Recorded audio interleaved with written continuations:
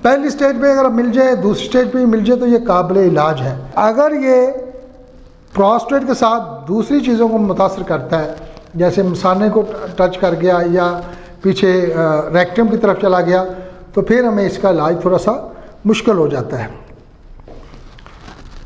یہ ہم اس بیماری میں جس طرح سے آپ سے بات کر رہا ہوں, اس میں میں کوشش کر رہا ہوں کہ میں آپ کو اس میں کوئی کمپلیکیشن یا کوئی خوف زدہ کرنے والی باتیں نہیں کر رہا. یہ ہر بندے کی یہ پرابلم ہے کہ آپ کو پراسٹیٹ کا سامنا کرنا پڑے گا. یعنی اگر آپ اس دور میں اس کی اندازہ لگائیں تو ابھی جو لیٹسٹ ریسرچ ہے اس میں یہ ہے کہ 10 لوگوں میں سے 6 لوگ جو ہیں وہ پراسٹیٹ انلارج کی طرف جو ہے وہ مبتلا ہے, پراسٹیٹ جن کے انلارج ہیں. اور اگر اس کی کیٹیگری کو مزید ڈیولپ کریں تو 4 لوگ ایسے ہیں, یعنی 50% کہہ لیں, جو آگے پراسٹیٹ کے کینسر میں مبتلا ہو جاتی ہیں. یعنی پہلے پراسٹیٹ کا انلارج ہونا اور پھر پراسٹیٹ کا کینسر ہونا, یہ اس کی پہلی دوسری سٹیج کی طرف ہے. تو ہمیں ہر صورت میں اس کو آبزرو کرنا چاہیے. سب سے پہلے یہی آبزرویشن ہے کہ آپ جب بھی پیشاب کرتے ہیں یا آپ سمجھتے ہیں کہ مجھے پیشاب صحیح نہیں آ رہا, تو آپ فوری طور پر ایک پراسٹیٹ کا ایکس رے کروائیں, الٹرا ساؤنڈ کروائیں, اور اس کے ساتھ ایک بلڈ ٹیسٹ ہوتا ہے جسے ہم PSA کہتے ہیں, وہ آپ ٹیسٹ کروائیں اور ان کی دونوں کی ریشو مینیج کریں. اگر وہ 4 سے نیچے ہو, انڈر کنٹرول ہو, نارمل ہو, تو وہ آپ کا پراسٹیٹ انلارج ہے.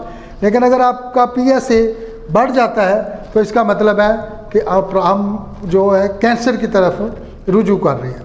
اچھا, پراسٹیٹ کیونکہ یہ آپ کی فیلنگ کو ختم کر دیتا ہے. یعنی آپ کے میں جو مردانہ وجاہت ہوتی ہے نا, یہ اس کو بھی ڈیمیج کرتا ہے. یعنی آپ میں مردانہ وجاہت کم ہو جاتی ہے, آپ میں مردانہ فیلنگ کم ہو جاتی ہے. آپ کے پراسٹیٹ 2 ہی تو میجر کام کرتا ہے, ایک وہ یورین کو کنٹرول کرتا ہے اور دوسرا وہ سپرم پیدا کرتا ہے. اگر پراسٹیٹ انلارج جائے یا اس میں کینسر انوالو ہو گیا تو وہ سپرم نہیں بنائے گا. اس کا مطلب ہے کہ اس کے انلارجمنٹ سے آپ بچے پیدا نہیں کر سکیں گے.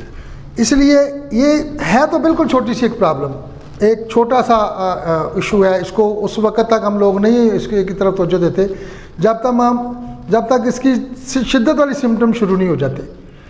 لیکن آپ سب لوگوں کو, ناظرین, یہ سمپل بات ہے, آپ سب لوگوں کو جو 20 سے ابو ہو جاتے ہیں, جو 30 سے ابو ہیں اور جو 40 سے ہیں ابو ہیں, انہیں تو ہر صورت میں اپنے ٹیسٹ کروانے چاہیے. لیکن جو 20 سے اور 30 کے درمیان میں ہیں, انہیں یہ آبزرو کرنا چاہیے کہ کیا ان کا پیشاب صحیح آ رہا ہے اور کیا ان کے پیشاب پہ ان کا کنٹرول ہے. اگر ان کے پیشاب پہ ان کا کنٹرول نہیں ہے تو یہ پراسٹیٹ کی 90% یہ پراسٹیٹ کی پرابلم ہے.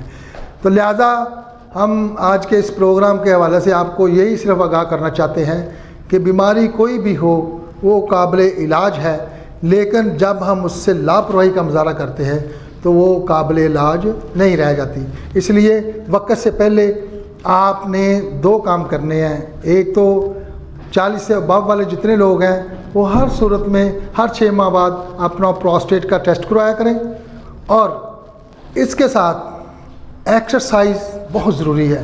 آپ کی وہ ایکسرسائز جو لیگ کے ساتھ ہو, یعنی فاسٹ واک ہو, وہ ضرور کریں.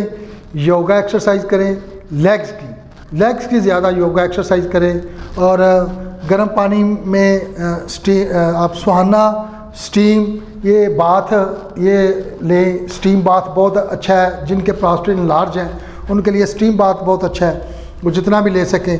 خوراک میں اس کے 3-4 چیزیں بہت اہم ہیں, اگر ان کو ہم استعمال کریں تو پھر بھی ہم پراسٹیٹ کی بیماری سے بچ سکتے ہیں. اور جن کو پراسٹیٹ شروع ہو گیا ہوا ہے یا جن کا پراسٹیٹ لارج ہو گیا ہے وہ سروائیو کر سکتے ہیں. اس میں ایک تو پیاز ہے, آپ روزانہ 1 پیاز اس کو سٹیم کر لیں. اگر اس کو کچا کھائیں تو بہت اچھا ہے خالی پیٹ, اور اگر آپ اس کی اسمیل سے سمجھتے ہیں کہ نہیں کھایا جاتا تو پھر اس کو سٹیم کر لیں, پھر اس کی اسمیل ختم ہو جاتی ہے, تو وہ بھی مفید ہے.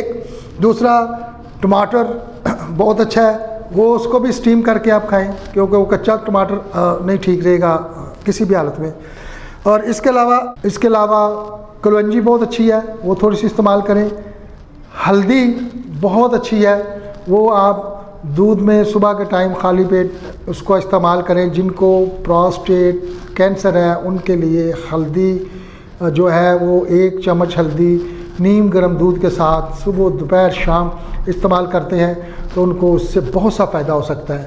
تو ناظرین، آج ہی پراسٹیٹ کے حوالے سے اور آگاہی کے حوالے سے، بیماریوں کے حوالے سے جو ہم نے چھوٹا سا یہ پروگرام کیا، اگر آپ کو یہ پسند آئے، آپ اس کو سمجھیں کہ یہ آپ کے لیے ایک اچھی معلومات ہے، تو پھر زندگی ابھی باقی ہے۔ ہمارے چینل کو سبسکرائب کیجیے گا اور بیل آئیکن ضرور دبائیے گا۔ اس کے ساتھ اجازت دیجیے گا، انشاءاللہ پھر ملاقات ہوگی۔ اللہ حافظ۔